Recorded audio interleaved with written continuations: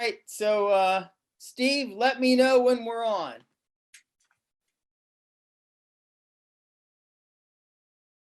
Okay. Good evening. It's January 27th at 6:30 p.m. and this is the latest and greatest meeting of the Finance and Facilities Committee. Let's start out by going and introducing ourselves. Start with you, Fred. Fred Seba, BBS Architects and Engineers. David Warner, Board of Education member, committee chair. Lisa? Lisa Raymond, Assistant Superintendent for Business. Mike? Unmute yourself. Colin Greenberg, Director of Facilities and Operations. Good. Katie? Hi, Katie McGee, parent of a 7th grader.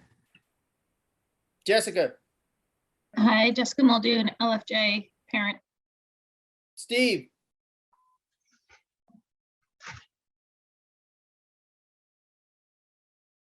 Ashley? Ashley Pineda, board trustee and parent of 2.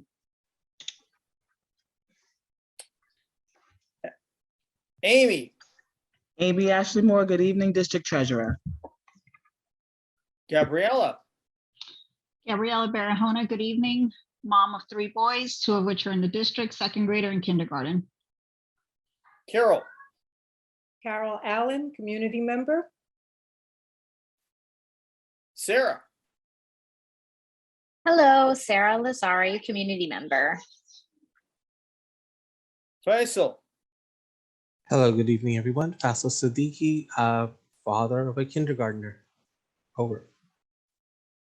Okay, hail, hail, the gang's all here. I believe I was hoping for Chris. Just a second, let me check my chat, make sure she's not. I'm on mute for a few more minutes, says Gabrielle. Okay, so no, I don't have I spoke with Chris Vallon earlier this evening. She was on her way in and was to call me back if there was any problem for her getting in. I did have problems with the architect not being able to initially get in. I had to resend an email just to Fred in order for him to receive it. Not sure what happened there, but that's for us to figure out in the future. So we're not out of the woods yet in terms of email problems. Sherry, you've just joined. Would you like to say hello to us? Yes, I would. Hello, everyone. And I'm so happy to be a part of your team. I started January 3rd. I work for Mike. I'm his new secretary, and I'm just so happy to be here. And thank you. And Mike is happy to see you too. Okay. So first order of business is to review the minutes of the previous meeting. Just a second, and so let me see if I can figure out how to get this to come up. Reactions is under start focus mode.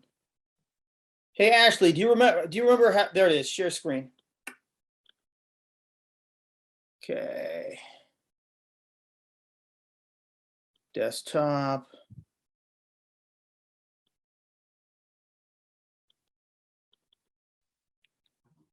Okay, so now. Hey, Chris, she's joining momentarily, so she'll be with us. Just a moment.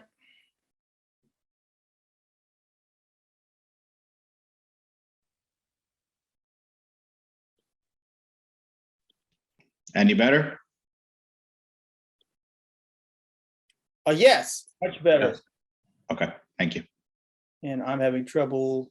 All right, let's go. The other way.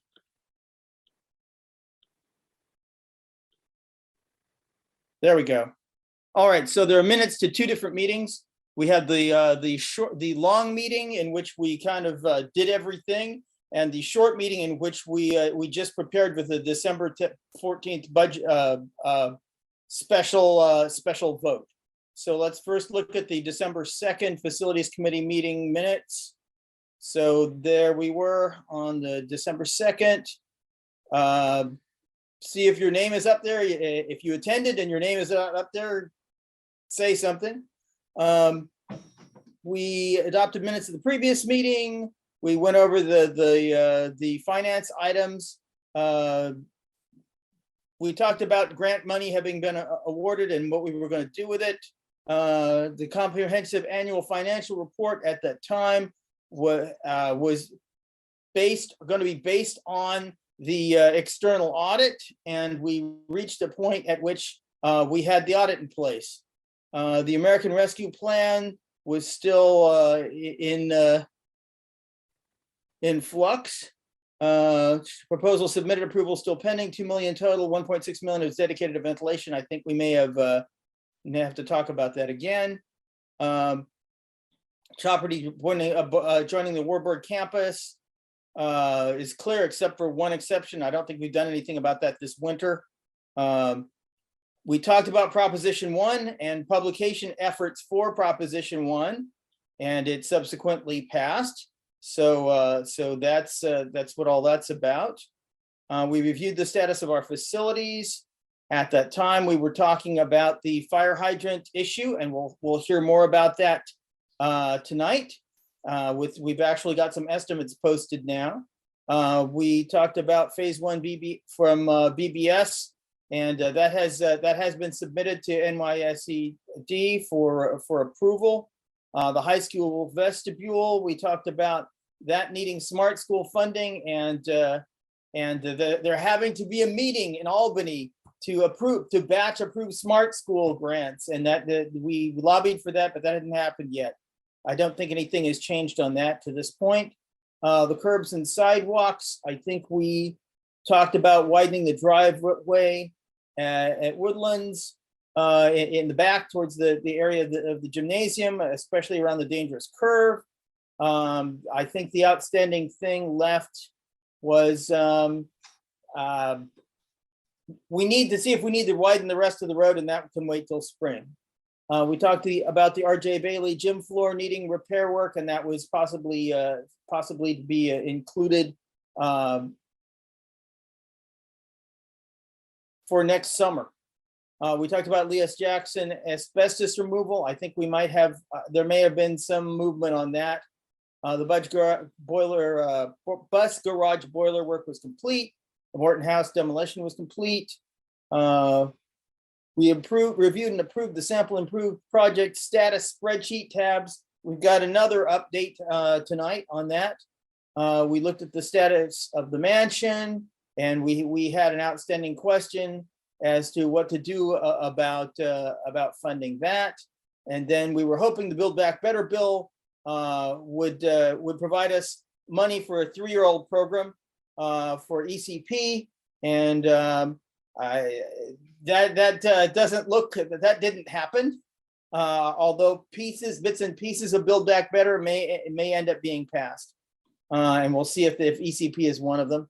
And then there's the question is what are the things happening at the state level, but we'll talk about that later. Reviewed next steps for Phase 2.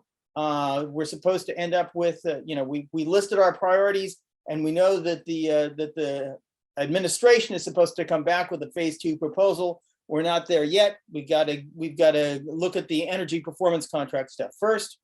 We heard concerns and suggestions from the committee. We talked about talking to Garrett Duquesne for additional funding sources.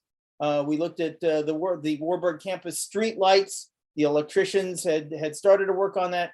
Results were pending, and we suggested that we look at alumni fundraising for future efforts at financing facilities efforts. And that was pretty much it. And that took us till 8:55 p.m. Does anybody see anything in there that's important that got left out or needs to be corrected? Hearing nothing, I move that we adopt this set of minutes as presented. Second. All in favor? Aye. Aye. Those opposed? Okay, that's one set of minutes. Now we'll see if we can flip over to the second set of minutes. And the second set of minutes was for a meeting that lasted maybe 10 minutes. And basically we were just prior to the vote. for Proposition 1 and Proposition 2.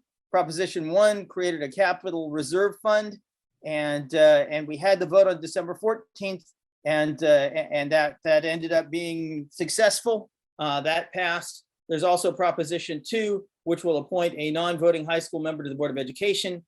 Since we're the Finance and Facilities Committee, we didn't talk too much about that, but another committee is working on how to implement that now. So we talked about the ins and outs, mainly of the Capital Reserve Fund, what would happen if the proposition didn't pass, and how we would transfer money to the Capital Reserve Fund once it was created.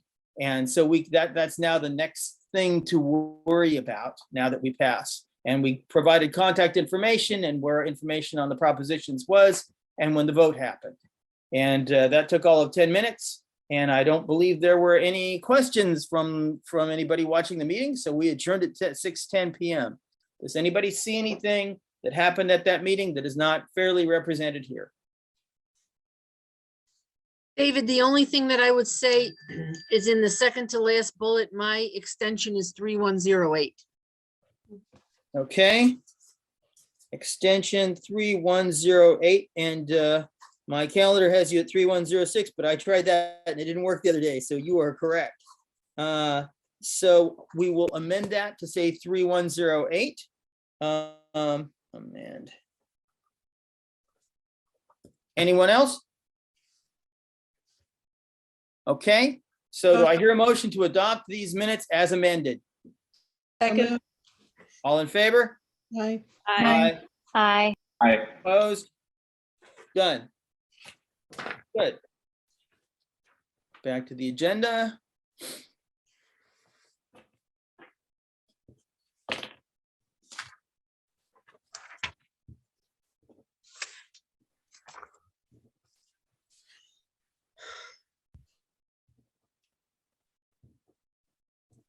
Good Lord. This may take a minute.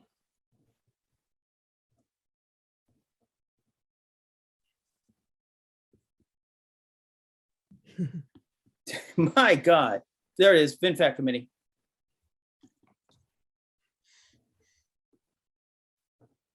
All right, so FinFac meeting 01/27/22. All right.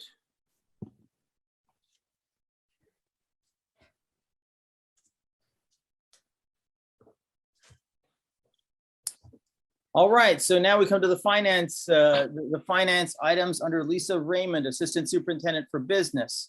They are Chrissa Grant and American Rescue Plan update, status of the comprehensive annual financial report, and property boundary update, a corrective action plan update.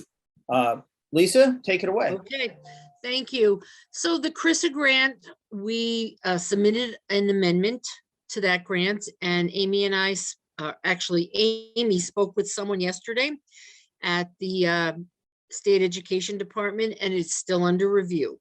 So even though we've been approved, we just wanted to rearrange how some of the funding was going to be used. We're waiting for that before we submit any of the FS 25s, which is a drawdown of the funds. And as far as the American Rescue Plan, we have finally heard from them. They had questions on several of the different items. Dr. Macaluso, Dr. Iverson, and I have been working on those answers, and we have submitted our answers to the State Education Department, and we're just waiting to hear from them. If they are accepted, if they need additional information, and then we can go from there. But right now, we can't draw down any of the funds from either of those grants until they're approved.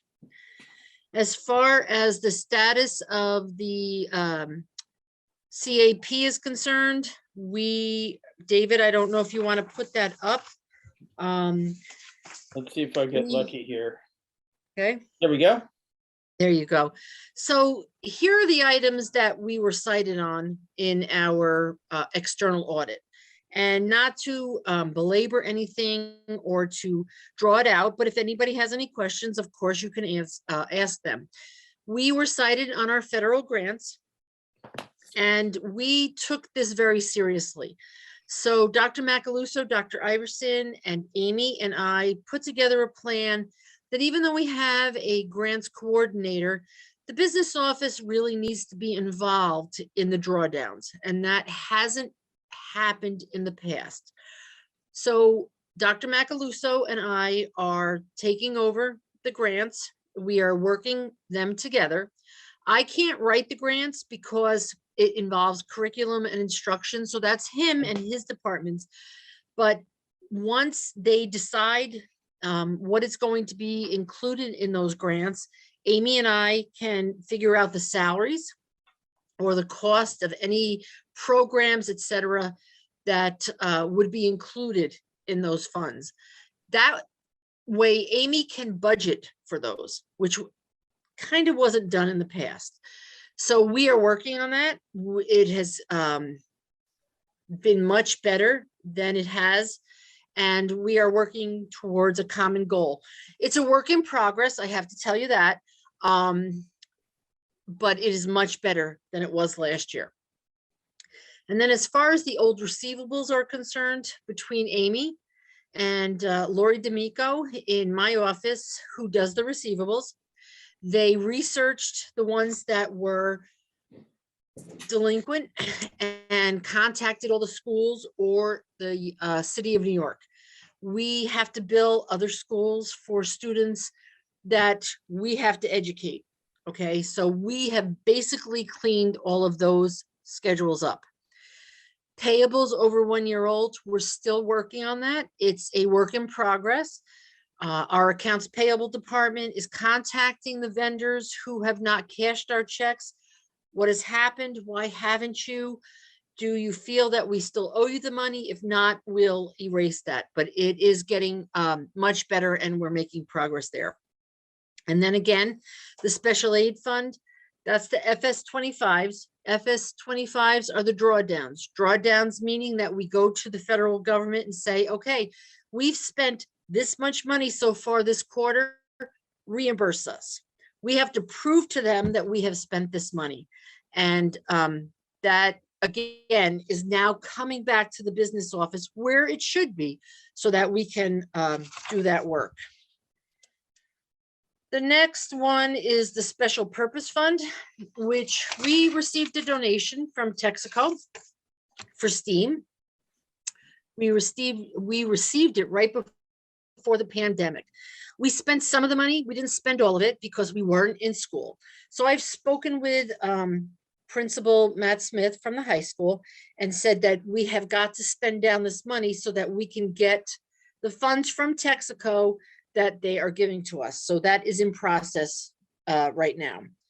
And then as far as extracurricular activities are concerned, again, because of the pandemic and COVID, there are many funds or many activities that have had no activity. That's typical because of the pandemic. We weren't in school. We weren't allowing after school or extracurricular activities, but the guidelines say if there is a activity, a fund that is not active for a year, you should disband it. We didn't do that because of the pandemic, and we knew that the students weren't able to conduct that procedure. So we recognize it, but we still kept it on the books. And then the last one is the school lunch fund. It is my understanding from past administration that any excess fund balance that was kept in the school lunch fund was specifically held there to replace aging equipment. And that's what we have done. Since I have been here, we've replaced 3 freezers, and we've done that through this excess fund balance. So even though we are cited on this, I understand it, but we are holding that money aside to replace equipment that is aging, who or has failed, etc. So that is the reason why we're holding these funds. Okay. Now, I'm expecting that in a couple of months, that the audit committee will come back and do kind of a progress update to see how we're doing on implementing this. Is that correct, Chris? Is that the plan? Yes, the plan is to have a meeting in March or April. We said we'd give the business office about a quarter, 3 months to do some of the cleanup. So we're gonna look at the progress in March, late March, early April. Okay, And so it's David, yeah, go ahead. I have to tell you that Amy and I are in constant contact with our external auditor, our internal auditor, and we keep updated. Here's where we've gone. Here's what we've done. Where do you see that we could improve? So we're constantly with them to see, here's what your recommendation was. Here's what we've done so far. Are you in agreement with us? And where do you want us to go from here? Very good. Dr. Allen? Several of these deficiencies that were found should be addressed in your standard operating procedures. Are those procedures in place? And if so, why weren't they working? And if they're not in place, are we taking steps to put these practices into standard operating procedures? Dr. Allen, that is a very good question and a very good comment. Amy and I have been talking about that. If you know, and I'm sure you know, Amy and I have been here for a little more than a year, and we are starting to put together practices and procedures. Here's how we want things done. Here's, you just don't let, for example, an outstanding check last for over a year. You have to research it. So we're putting, for lack of a better expression, a handbook together for accounts payable, accounts receivable, payroll, HR, treasurer, so that we know and that we can follow up and say, okay, what has happened? Let's follow up on that instead of waiting until the end of the year and it's snowballing. So yes, we are starting to put those procedures in place. Great, thank you. Jessica? Hi, Lisa, can you just remind us, where does the funding from the school lunch fund, it's federal funds? Yes, so school lunch fund is, prior to COVID, it was, you could be free, you could be reduced, or you would have to pay, okay? So, but since COVID, everybody is getting a free breakfast and a free lunch, and it is being funded by the state and the federal government. So why would we have excess funding there? We had excess funding there prior to COVID. Okay. And the point of having the excess funding was to make capital improvements or replace Correct. equipment as it failed? Exactly. So like I said, since I started in December 2020, we've had to replace two, I'm pretty sure 3, but maybe 2 freezers, and they were substantial costs. No, That money, go ahead, Mike. There's 2 refrigerators, the walk-in freezer, and also another freezer at Jackson. So there's like 4 total.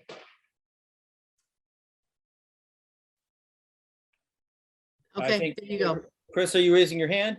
Yes, I couldn't find the place to do it officially. And I just want to say, because I had a similar question, Ms. Muldoon, months and months ago, and for those watching or curious, this is not the same fund that parents used to pay into for the My School Lunch Fund. Not that money.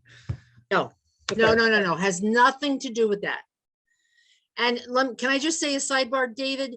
Dr. Iverson just texted me. She's trying to join the meeting. Does she have an invite? She has to register like anybody else. And Okay. And once she does that, then I should get some little notice here to admit her. And I haven't gotten anything yet. Okay, I'll let her know that. But Chris, you got in and I did not admit you. Yeah, there you go. So that was Yes, that was interesting. Okay. The cafeteria, so school districts have a couple different funds. We have the general fund, which is our main account. We have a cafeteria fund, a capital fund, et cetera, federal fund. So the cafeteria fund is where all of our cafeteria money comes into, federal, state, and if parents are paying. And that is the fund where we are accumulating or were accumulating money so that we could address any issues that we needed to for equipment.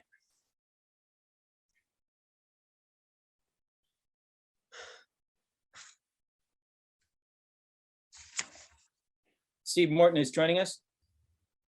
Okay, so are there any more questions on this particular agenda item, or shall we move on? Hearing none. See if I can go back to the agenda now.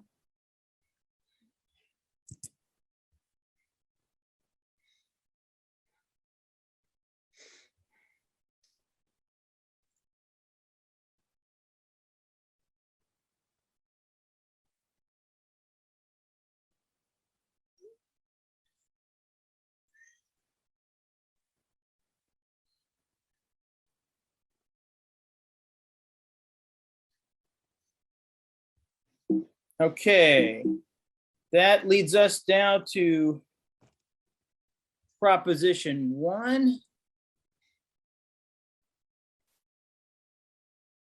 And that's just a brief review, right? That created a capital reserve fund. We informed the public through the newsletter and the postcards. This is the stuff we saw in the agenda review. The results of the public vote on 12/14 were 316 yes to 119 no. So we passed by a comfortable margin. We need to next talk about populating the fund. That is, our next vote comes in May 17th, which is also the time when we have the board election and pass the budget. And we're going to, in our next meeting, go through the process of taking a look at the upcoming budget. And I'm hoping that that works out for us time-wise. And we also need to figure out what kind of proposition we want to put in to move funding to populate this fund, amongst other things. Lisa, do you wish to opine on that? Well, you know what, I'm not sure. I know that we will put something in the budget to, and again, originally I thought let's put money in the budget to go to the capital reserve, but we might have other things that need immediate attention. We could say, let's transfer to the capital fund so that it can be addressed right away.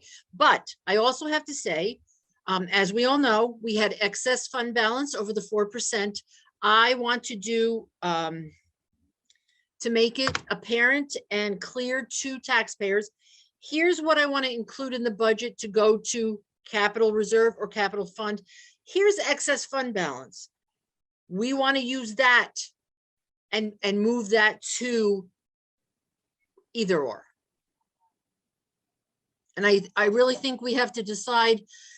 And once we finish with our budget interviews with our directors and our principals to find out what are our immediate needs.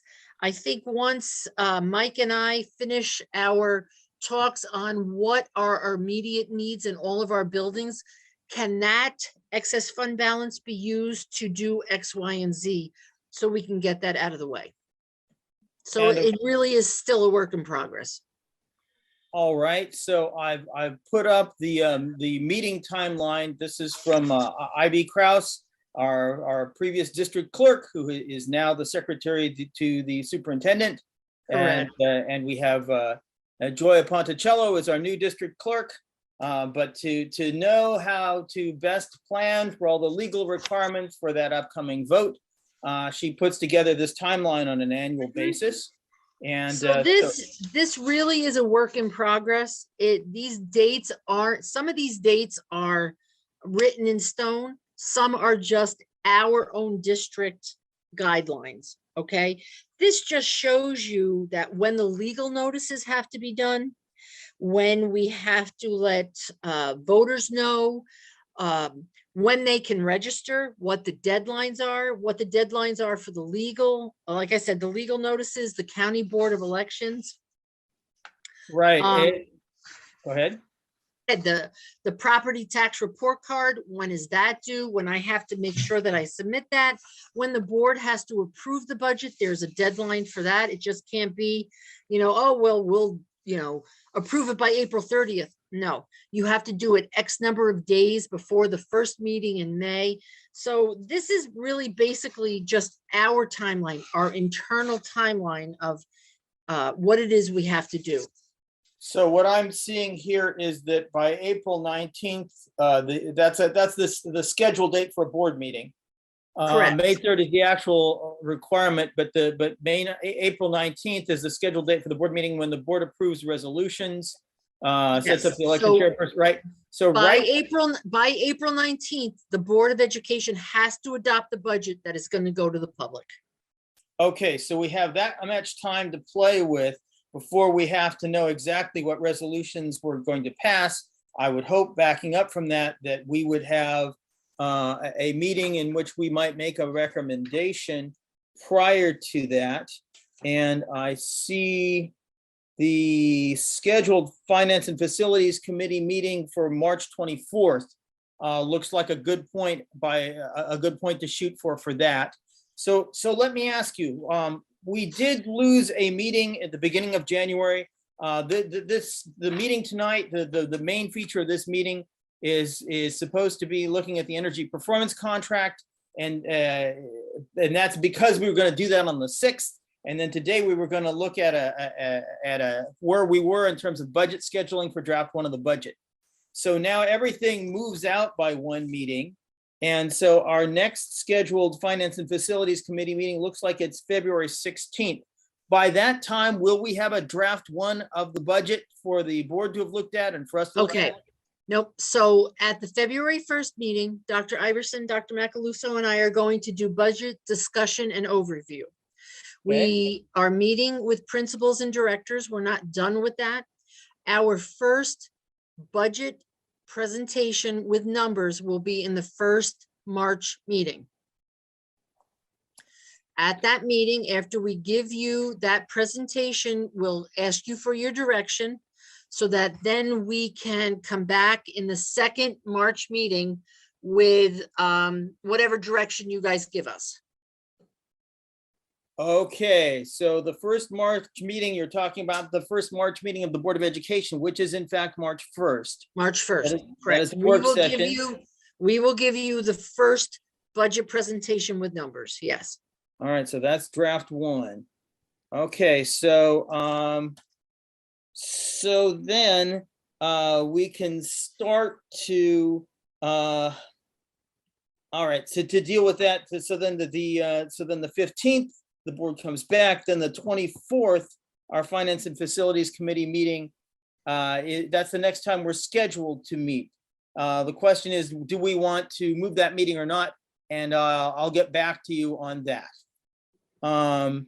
Fair enough. What does the committee want to do in terms of traditionally the board gets a look at the budget first, and then the Finance and Facilities Committee takes a look at it, and we provide feedback. So if it comes out on March 1st, then what was going to happen board wise on March 15th? Well, so March 1st, we would give you the presentation. And if you remember last year, David, and again, I've only been here a year, after I did the first presentation with numbers, you guys came back, and I believe it was you who said, okay, Lisa, give us a budget that keeps us within a 1% tax levy. And then we had to go back to the drawing board, figure out what we had to do, and then we presented that at the next meeting. And that was the budget. And that comes back at the 15th. And therefore, after that, the board will have had its crack at it, and then we can go after it. So the 24th does work. Okay, very good. Any comments from any other members of the committee? Okay, Carol. I think Carol. I would like to suggest, in order to cut back on some of the back and forth that has happened in past years, that when you make your initial budget, you try and keep it within that 1%, because the community is still reeling from the effects of the pandemic. And I think it would be a lot easier for us if we have that goal in mind initially. And thank you, Miss Allen. I have thought about that continuously, looking at our state aid numbers, our sales tax revenue, where our, our biggest items are salaries and benefits. I've been working towards that. So when we come to the March 1st meeting, that the board hopefully doesn't have to say, Lisa, stay within the 1%. Here's what we have to do to stay within that. Great. Thank you. Other comments? All right. Back to the agenda. All right, David, will there Yes, be any other, so will these be the only 3 times the budget is presented to the community, or will we discuss more timeline on? we'll undergo a publications blitz. So what the sort of thing that we did for the meeting on the 14th, the special vote on the 14th, we'll do that, but at a larger scale, with more meetings, more interaction. Ideally, you do it through the PTA, but more interaction certainly than we did for that. It's a larger undertaking. So we'll cover that more in depth at the next. Yeah, FinFech yeah, meeting. the same thing. The bullet list of all of the different efforts. There's the spring newsletter, which is the budget newsletter. We get channel 33 and 77 back up. We pre-record what the budget is about once the board decides what it should be, and we run that on a continuous loop. We do anything and everything to try and get the word out in the ways that we are allowed to get the word out. So yes, that will happen. Other comments? Okay. So at this point, we have come to the energy performance contract. And at this point, an RFP has gone out. Responses have come back. We have looked in closed session at some preliminary feedback on that. And now I think we're pretty much at the point at which we can look at that in great depth and detail, as this is a pending contract. This is a closed session item. It will be handled by BBS Architects as represented by Fred Seba. Do I hear a motion to go into closed session to review the candidates for the energy performance contract? So moved. Do I hear a second? Second. All in favor? Aye. Aye. Opposed? Okay, we're in closed session. Steve? You need to shut us down, because let me know when we're off.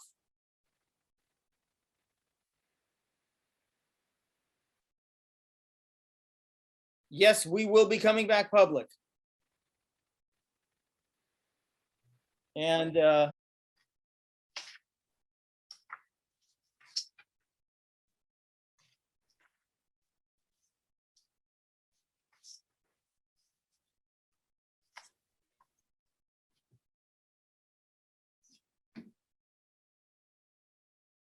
okay, then moving on to our next agenda item, then we have the Warburg campus fire hydrant issues. It's Mike Falcone and Fred Seba. First, Mike, last time you were searching for a valve from the new construction and trying to see if at least the new line going to the high school, if there was something you could do without replacing anything that would fix it. Was there any progress on that, or did everything freeze over? Well, we tried searching for it with the equipment that we have, but we're gonna need a bigger equipment. We're gonna need an excavator to dig down to see if we can find where the water main meets the old water main, to see the 2 valves. I did have pictures, but they weren't too clear. Once the springtime comes, we're gonna investigate into that again. Okay, so then that leaves the design side, and that's Fred Seba's purview. And I believe you provided me with some documentation. Would you like me to bring that up? Yes, that'd be great. All right, so let me see what I can do here.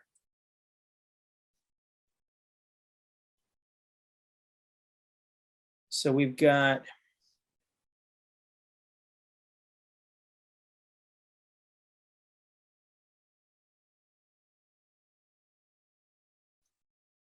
Okay, Water Greenberg Woodlands existing. You want to Yes. look at the existing first? Okay, Yeah, start with that one. okay. Okay, so part of the dilemma that we had was that there was really no overall site plan that showed us what you guys owned, how it was constructed, what the line sizes were, where they were fed from, what the pressure, we knew what the pressures were at the hydrants that you own, because that's something that the fire department had flagged, but we just didn't know how the system was constructed. So you'll see that the blue lines on there are what you own and how it got constructed. So along the top part, you could see it coming off of Hartsdale Road. You see the blue line coming onto your property, onto Pat Capone. You see the hydrant there. The first one says 284 GPM, the one that David just passed over. That's a 6-inch line, we believe, that comes onto the property and feeds 3 hydrants. So you'll see that hydrant and the one a little bit further upstream. And then it kind of makes a right-hand turn there and feeds the 3rd hydrant. You can see the gallon per minute and the residual pressures up there. And part of the fire marshal's concern, or the fire chief's concern, was flow rate on all of these. And so 6-inch, again, we believe this is a fairly old line. So even if it started out as 6-inch, it probably doesn't have 6-inch of throughput any longer. So how do you have a 0 GPM with 100 PSI? Yeah, well, that's the information we were given. I don't know how you get 0 GPM with 100 PSI static. No, that 100 PSI is static. That means everything's closed, and just like a garden hose, you can have 100 PSIs on a garden hose if you're not pushing the nozzle. The minute you open the nozzle, okay, now your PSI goes straight down because now your flow is there. That's the difference between the static and residual. Right. But some water must flow. Yes. When it opens, water flows. But So some non-zero, you should have some non-zero GPM, even if it's a gallon. Okay.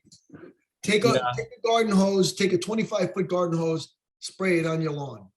Take 200 feet of that garden hose, and I want you to spray it, see how far it goes. It's a big difference. You're not going to have, if I take one of my pressure tests and put it right in the beginning, when it's running, I'll have towards the beginning, I'll have say 60 PSIs. Towards the end, while it's running, I'm only going to have 1. Right. So the numbers, the GPM here, the static pressure, that was provided by the fire marshal's, fire chief's office. Those are not readings that we took. We showed them on the map just for informational purposes. That does not make sense to us either. It shouldn't be 0 GPM. There should But it could be some 1. Yeah. flow. But that's what the fire chief told us, so that's what we put on the plan. Then toward the bottom of the plan, you can see the blue line, coming up off of there, and that's where the RPZ pit is located. It comes up onto the property, and it's a combination domestic water for the building, which splits off to the left there, up a little bit further, David.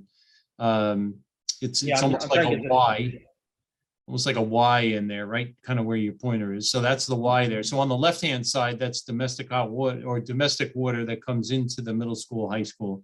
And then the other line keeps going straight and it feeds 2 hydrants. And you can see the flow rates in there as well. Again, very low residual pressure, 20 PSI, 22 PSI. So that was really what the fire chief was very concerned about, that if you had a major fire there and they had to hook pumper trucks up, that they wouldn't have enough flow in there. So, and this is the new line that we put in when the old line that went from the high school over straight across the old big pile of dirt went away. So this is not an old line.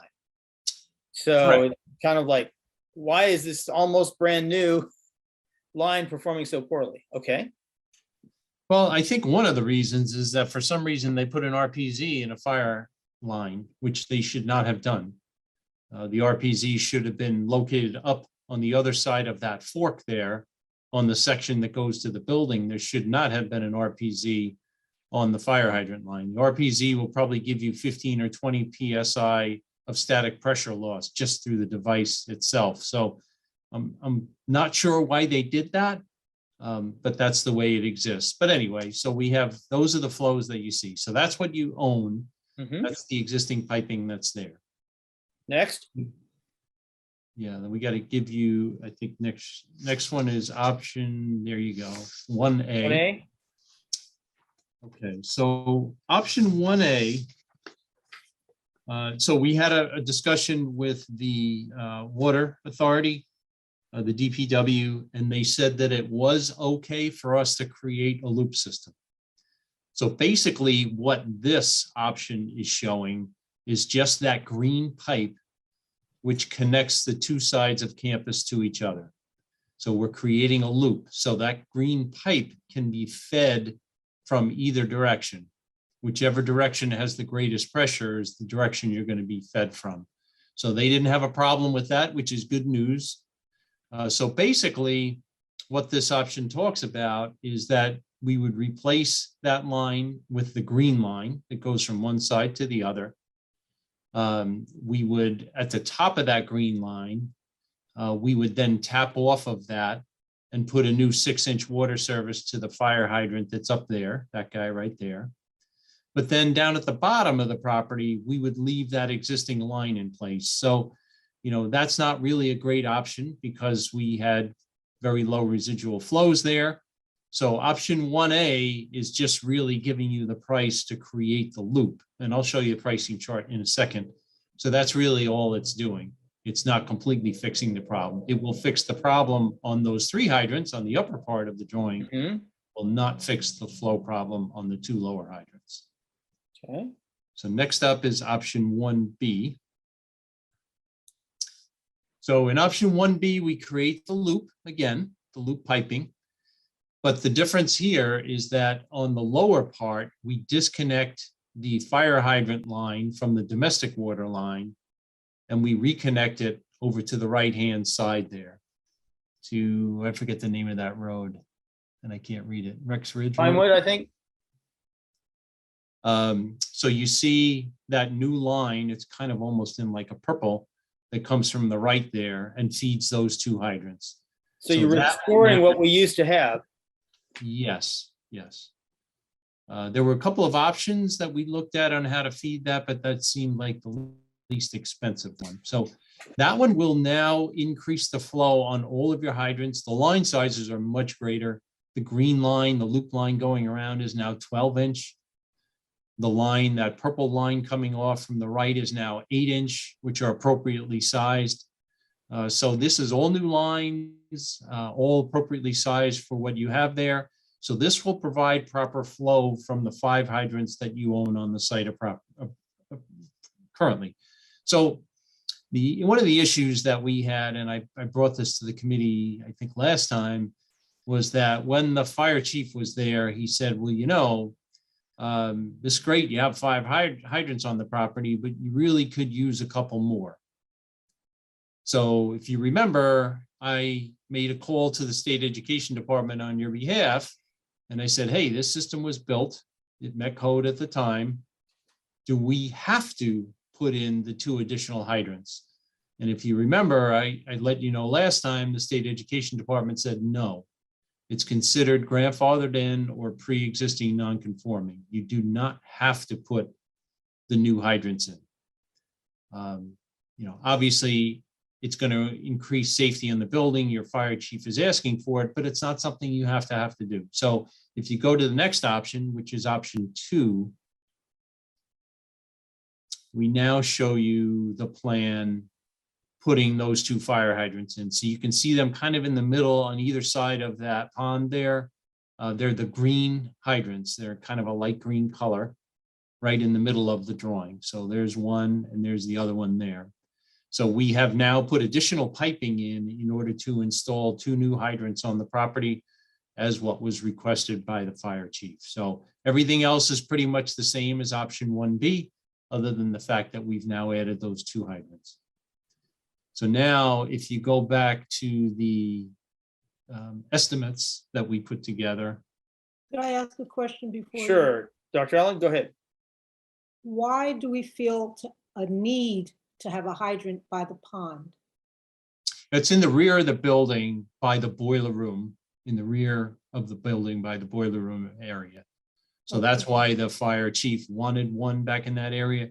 You know, nowadays code would require both of those hydrants. You're supposed to have hydrants so that 150-foot hose length stretches all the way around to and covers all areas of the building. So current code would require those hydrants. Code at the time that the building was built did not. So that's why I believe the fire chief recommended those hydrants be installed, one in the front of the building, closer to the front of the building, and one closer to the rear of the building to give them a little bit better coverage. Can you just show us here where the footprint of the building is? Because that's not on the map. I can, yes. I'll try and put that on the next map that I can get to you. Let's see. Well, you know, the decorative pond is viewable from the breezeway. And the sea wing goes right up against it. Yeah, that little icon there, it looks like an upside down teardrop that you're right next to with your cursor. That is depicting the building. Now, obviously, it's not a building floor plan. That's where Google Earth basically located the building. So I will try and put an outline of the building on there for you as well and get that back to you.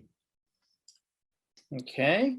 So that's option 2. So if you go back now to the estimated costs, it would be the top one, the green one there, the Excel spreadsheet. Yeah, that guy. Okay, so just scroll. Yeah, that's fine. That's pretty much it. So option 1A is basically just creating the loop and not doing anything at the bottom of the property. And that comes out to roughly $519,000. These are fully loaded numbers. They include all contingencies and fees. Option 1B, which is creating the loop and removing the lower hydrants and refeeding them from the side street, which will give you proper pressure at all the hydrants, and all the hydrants that you currently own would be $579,000. And then option 2, which would be adding the 2 hydrants that the fire chief is asking for, would be $814,000. So I believe I did the math, and I believe there's a $230,000 increase to go from option 1B, which is basically proper flow, proper pressure at all the hydrants that you own now, to option 2, which is adding 2 additional hydrants. So you would go from 5 hydrants to 7 hydrants on the property. So those are basically the engineering estimates at this point. Again, they're fully loaded. They include all contingencies and fees. You know, the construction cost is probably 30% less than the number that you see there. But we put escalation on it. We put design contingencies, construction contingencies, soft costs, architectural engineering design fees, all of that gets built into that overall number. So those are the 3 numbers that you see represented on your screen. Really, the choice comes down to option 1B and option 2.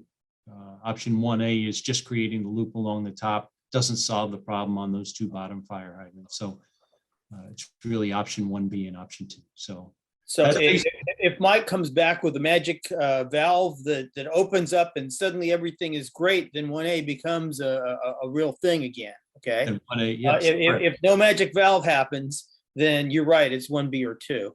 Right. Okay. Ashley? Thank you. Mr. Seba, a question for you. I know you mentioned in the previous meeting, if I recall correctly, that future work at the high school would most likely push us into, at that point, taking on the subset of option 2 if we didn't go that route with the 2 new hydrants, right? What type of work would require that? Are we talking about, you know, small jobs, or is there any kind of job that would require that, or how does that work? So the only thing that would force you to do that is you did in addition to the building. If you were just doing interior renovation work, they would not require you to put those 2 additional hydrants in place.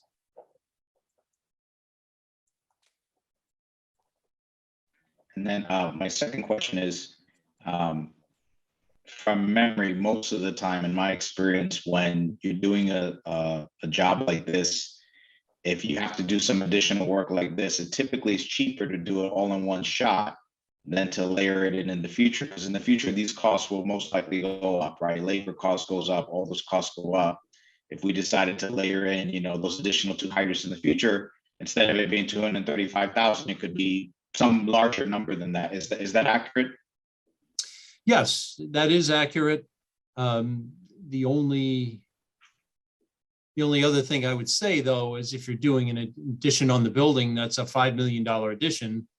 Building 300,000 in for hydrants might be a little bit easier than trying to come up with that money now. So I don't know if that's kind of a trade-off, but you're right. If we do that work in the future and that's the only work they're doing outside on the hydrant service, it will cost more money in the future from what we are representing here. Yes.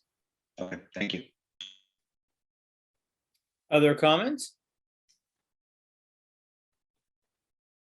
So what it looks like to me is now we have some numbers, and we're going to have to figure out how much money we've got, and whether this is something you finance as part of an emergency, whether you go ahead and fit it into a phase, and how we go forward from there.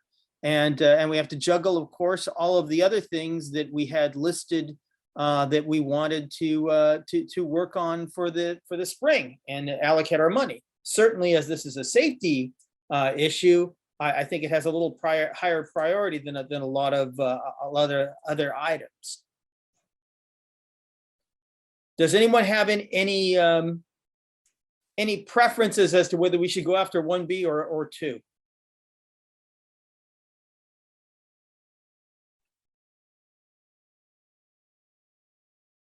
Dr. Allen. Given the dire circumstances that our buildings face, I would have to say we should go with the least expensive option that will solve the problem. Additional hydrants vote for would 1B. be nice, right, additional hydrants would be nice, but they're not required, they're not mandatory. Okay. Katie?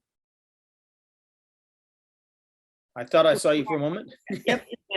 I was going to chime in and say I would prefer option 2 because they're only not mandatory because they're grandfathered in, which I don't understand the rules about, who decides that. But I want my kids safe in the safest place possible. And especially if you're talking about that battery thing that could go on fire. If we end up doing that, I mean, we want the most hydrants we can have. So anyway, that's my opinion. I would put that battery thing as far away from the high school as I could get it. But yeah. Okay. Flammable woods. That's all true. Dr. Jessica. If the fire chief made a professional recommendation, go with option 2. I would want to agree with the professional, fully understanding there are so many competing costs. So I think figuring out where are different funds that may be coming in to help cover the spread on that. That would be my thought. I don't have a child in that building right now, but as a parent, I would be really, really concerned. I'm an old man and I'm like, why don't they just throw the fire hose into the pond? But that's not the standard. So Dr. Allen? The point was raised about if we put the battery packs there, we want to have the additional hydrants. Perhaps the cost of building those hydrants could be borne by the person building the battery packs. I would have to verify this, but I don't think the way you would put out a battery fire is with water. I think you have to use some sort of a chemical fire suppression. So I don't believe that the hydrant in close proximity of the hydrant line would help at all. Chris? Well, when we first started talking about this months ago, I tried to research to see if there were any grants or anything that could pay for this kind of fire prevention or safety work. Unfortunately, the few I found were geographically limited and not for this area. I did find an example of where a a community block grant, which is usually administered by a town or, different municipalities, had been used for this kind of work. I don't know if any of that is available. That might be something we ask our governmental relations committee to look into. So saying all that is possible funding options, even if we don't find that, I'm going to go back to my stance when we were talking about the ventilation in our buildings. At the time, I said that even if our old buildings have certain things grandfathered in, we're trying to have our children be in the safest place possible while they learn. And I'm probably leaning towards option 2 because of that reason. Steve? I just looking at option 2 seemed to be the safest for the kids, and safety has to be a #1 priority here. So I'm with everybody on option 2. Okay, so it's looking to me like it's sort of Carol Allen and me on one side and everybody else on the other. So the majority appears to be leaning towards option 2 here. Any other comments?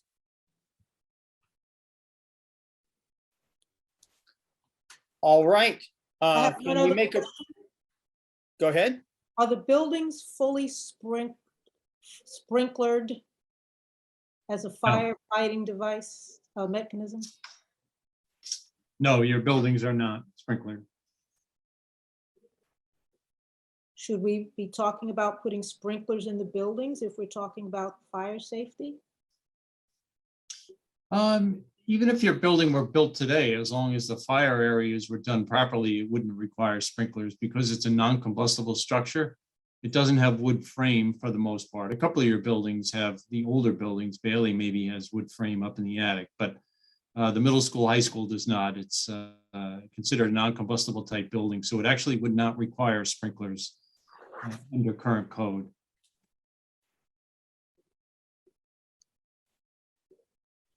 Okay, any other comments? I'm thinking that the recommendation of the committee is going to be that we go with option 2. And then the outstanding question is, how do we fund it? And can it be done on an emergency basis? And I think I would push that off on Lisa and talk to the administration about that. How does everyone else feel? Are we good? Do I hear a motion to adopt option 2 as our recommendation to the Board of Education? So moved. I hear a second. Second. All in favor? Aye. Aye. Aye. Opposed? Opposed? Okay, the ayes have it.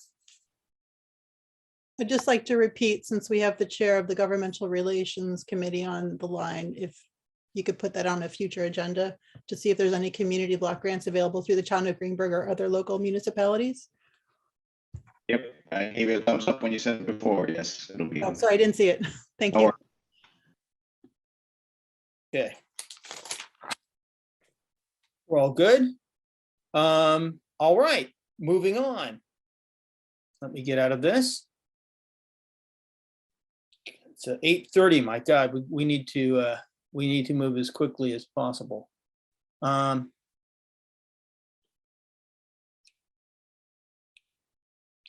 Okay, so moving on from the water portion, I think the next thing that we need to worry about, you may notice that there's a long string of images here. See if I can get past that.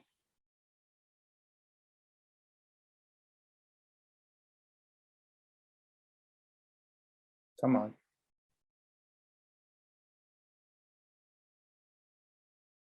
There we go.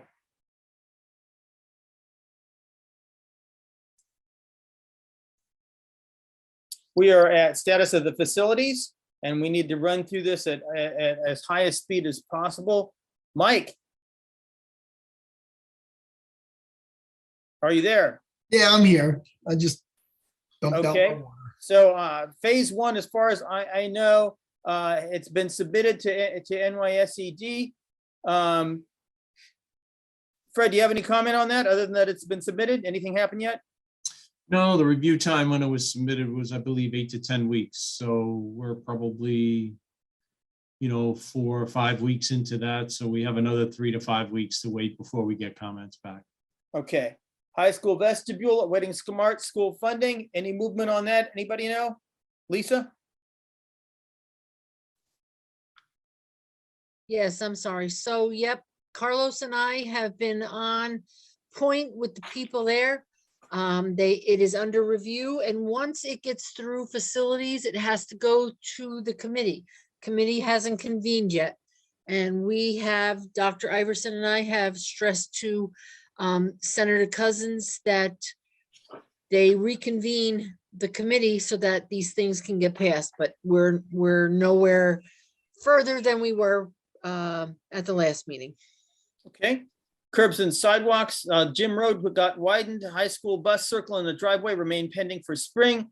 The RJ Bailey slab and side entrance. Mike, did we get to that? No, Or we're is gonna that get to that yet. We're gonna wait until it gets springtime. We're gonna do that little remaining slab that's there. okay? Leaf Jackson furnace issue. Can you tell Yeah. us about that? We have a leak coming out of the second boiler that's there. The boiler contractor that was there, it's in the middle of the winter. He's saying as long as it doesn't blow, we're gonna do fine right now. There was a coil that froze at Ella Jackson. I'm not sure if anyone relayed that message to you. We ended up isolating that one coil out of the two coils, 14-foot coil. We ended up closing probably 70% of the outside air, which is, more than enough fresh air coming in. You only require 20% fresh air coming in. And we boost up the water temperature so we get a little bit more BTUs so we can go ahead and warm that building until the new coil comes in. That's been ordered. Highview School boiler room flooding issues resolved. Third grade wing windows. Boiler flooding at Highview School. I don't remember that one. That was taken care of very quickly. I heard about it in one report and then it went away. I never saw a picture. Yeah, no. I believe that was the relief valve that blew that we ended up changing. Third grade wing windows. That's a possible summer project, but we got to figure out which way we'll want to go with that. I mean, they have doors that go to outside on every single classroom that's there. Correct. So then we're worried about safety and security, more security than safety. And the thought is if you could open a window, you wouldn't be tempted to leave the door open. But you also have fresh air going into every one of those classrooms. Yes, we do. It's not about fresh air. Ventilation unit that's a constant fresh air and exhaust out of that area. At the high school, the TV studio, there's 2 frozen coils that were there. They ended up damaging all not all the floors, but the floors in the main area. Steve Lewis's office, but not where they usually film any kind of TV. Here, I have a number of pictures of this stuff. I asked for some information and there was a lot of it. So let me just keep you up to speed, get up to speed. The floors have been removed right now. They cut out the floors. Right now they're doing some self-leveling, which had been done right the first time. They're going to be installing the floors at a later date. We have to get the coils just came in. Took a couple of weeks, but the coils came in.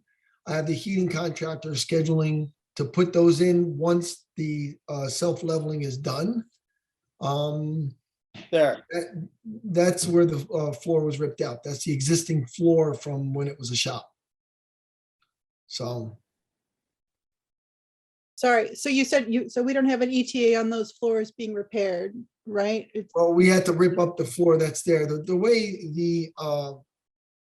before me, they end up putting sleepers in, put plywood on there. Actually, they didn't even, the sleepers were plywood. And they nailed down plywood and they ended up putting VCT tile over it. So water got underneath it, buckled all the floors, you know, so now you see the little lip that's over there. Now, instead of putting sleepers down, they're gonna do it the right way. They're gonna do self-leveling. So everything's equal and they're gonna put the VCT tile down. So sorry, did this also see the windows on the right there? Whoops. Does this also go into that room over there? No, it did not. And that's the And one is I was telling you. Water did not make it in there.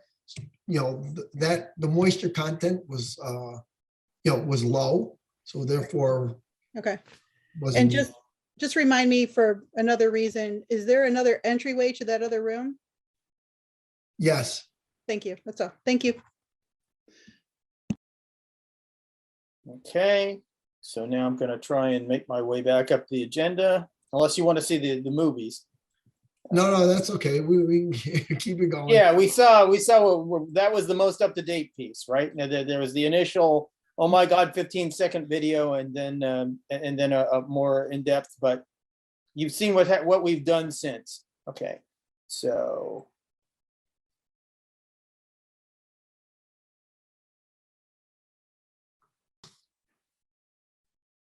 Okay, we're down to Bailey.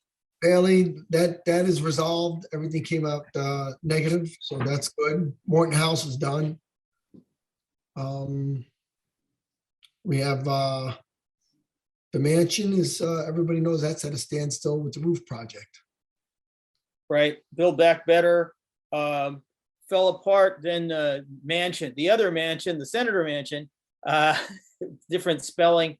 I believe the West Virginia Coal Miners Union decided they were actually in favor of some of the environmental portions of Build Back Better. So it may be taken to pieces and parts of it passed. And we don't know if the early childhood program funding is going to make it in there.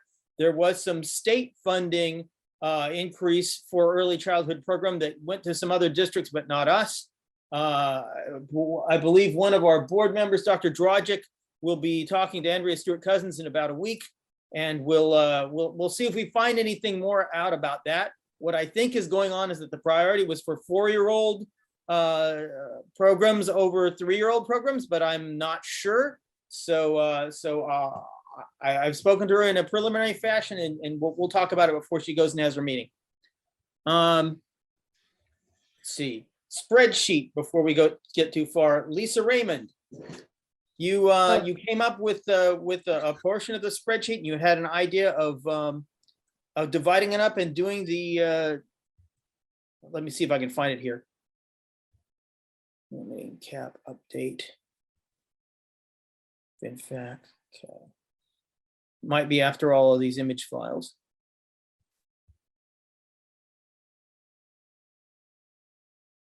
Media center flood, water. Proposed ECP main, no.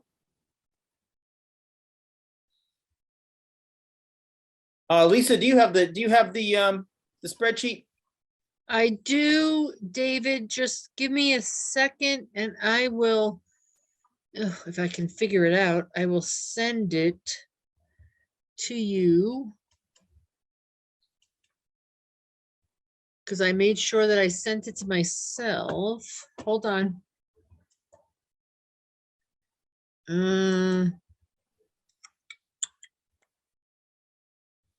Let's see.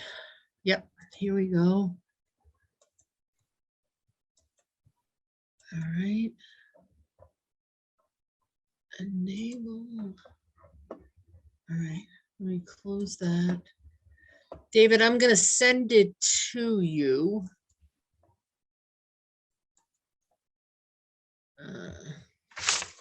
Let's make sure that you didn't send it already. So. Yep. Let me just see that I can. All right, I just tried to send it to you, David. Okay, we'll see if it comes in.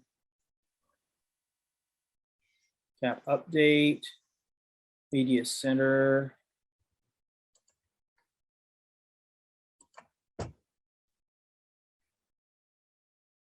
Project update. All right, so while David is pulling that up, let me just tell you what I did. I took the building condition surveys and I recreated them down at the bottom on the tabs for each school on what BPS says that, has to be done. Okay. And then it's like David shows you. So this is Highview. If you see, it will tell you what the category is, what has to be done, what priority level it is, and where you can find it in the building condition survey, what the estimated cost is, and then I estimated it out. What is it aligned to? Okay. And then I projected it out to those costs. Okay. So you could see what is site utilities, building envelope, building interior, etc., going to cost. And then if you go back, David, to the summary page, the first page, you will see each building listed and what the estimated cost is, what we've done to date. But then in the second series, I show you according to the category: site utilities, building envelopes, building interiors, etc. So we can see when, excuse me, we decide on the energy performance contract, we would be able to subtract that out of HVAC and hopefully electrical. That way you can see what the total cost would be. So I tried to align it with the building condition survey with what BBS gave us in their analysis so that we could see it by building and by category. And you seem to have some references to external spreadsheet. Well, yeah, you know Yeah, what? I okay. just see that now. I'll We'll fix correct it. that. Okay. Yeah, I'll definitely correct that. Okay, but that's the sort of summary that I was looking for in order to figure out how we were doing relative to the BCS. So when that's Correct. put together, that will that first step will satisfy.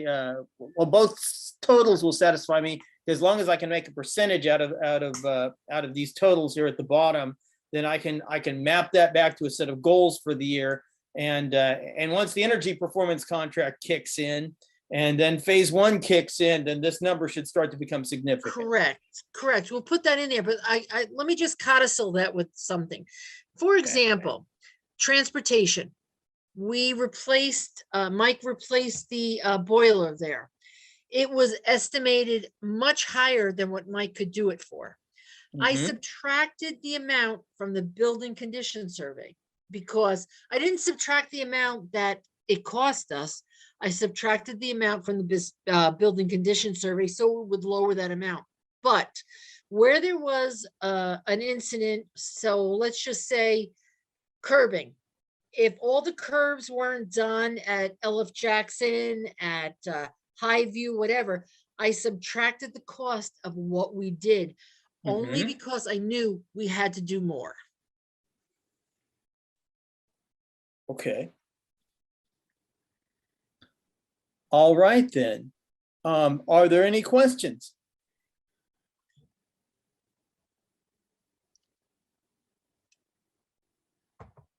Well, I can see you've done a lot of work. And I have to admit that I was thinking that when you said, I want to reclaim this because this is an administrative function, that I said, she's asking for more than she understands, but you're doing it. So thank you. Thank you. And again, if anybody has any comments, any suggestions, please forward them to me. This is my way of thinking. You might all think something different. And if I need to add something, more than welcome.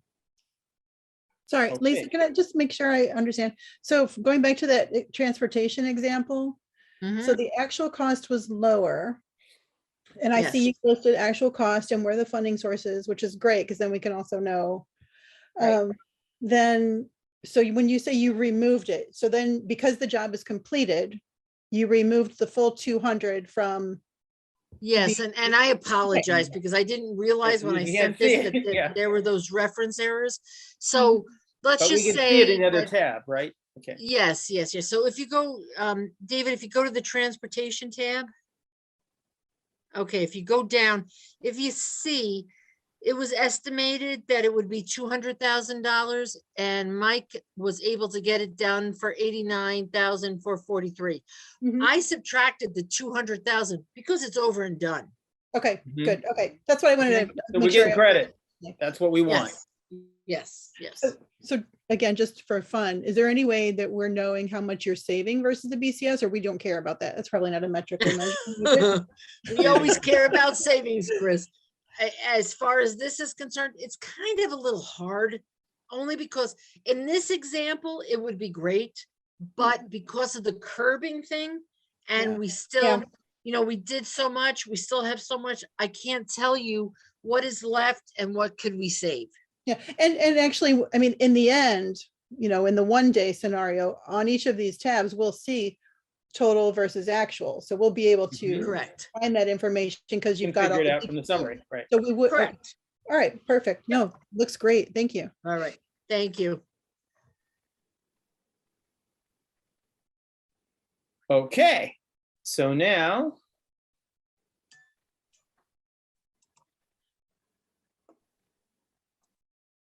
This is not, okay.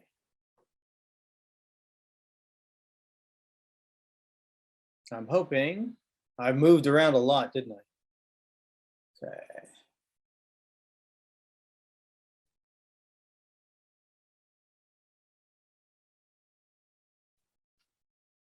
Back to the agenda.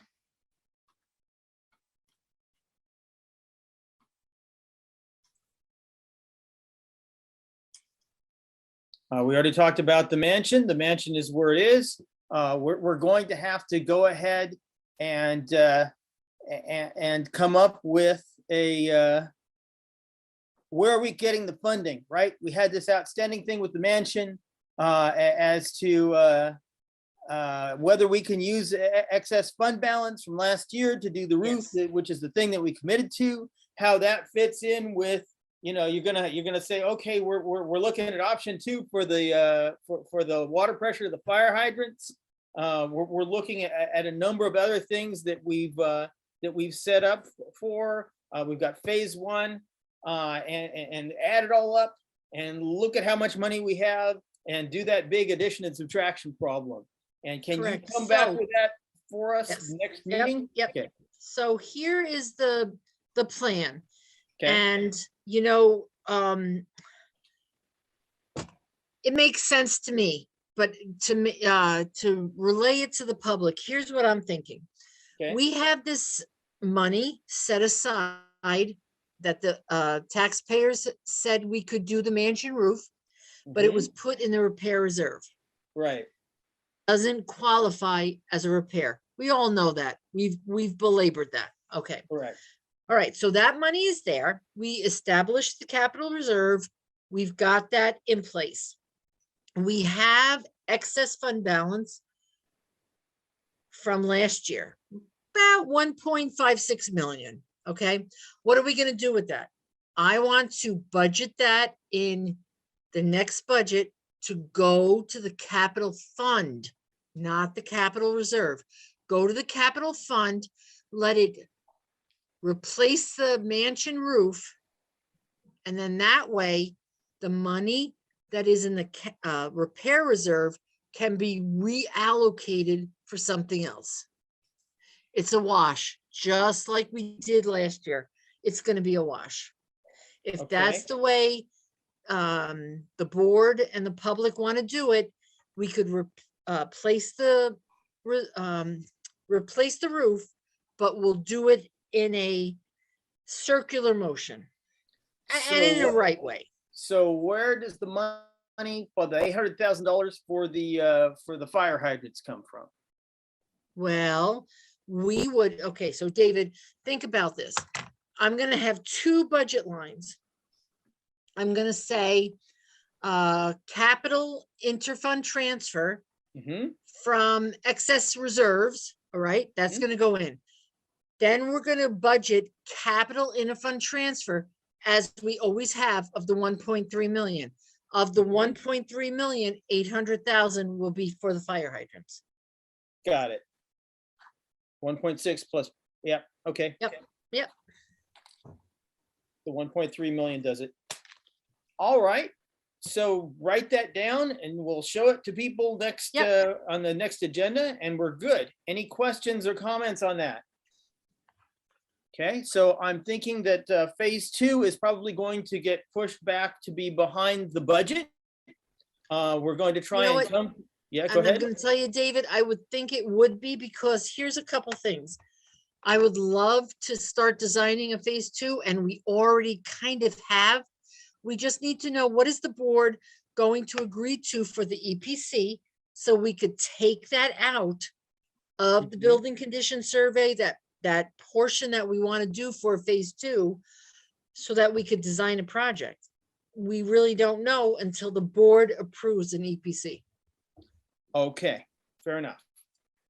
Other comments, other questions, other concerns from anyone? I want to One thank you question. all for sticking with us. It's nearly 9 o'clock at night. Oh, yes, Chris? No, Jessica was saying something. Oh, I just had Jessica? a quick question, Lisa. Will at the end of the day, the repair reserve kind of like not be used anymore? Oh, no. Okay, I would keep the repair reserve because you need it for repairs. okay. But you don't need it funded as much as it has been. The other things are more important. Okay, thank you. Right, yeah. Now you can move on, David. All right. Any other comments or concerns? Do I hear a motion to adjourn? I think, So moved. I hear a second. Second. Second. All in favor? Aye. Aye. Aye. Thank you all for coming. Have a Good good night. evening. Good Bye night. now. Night. Good night.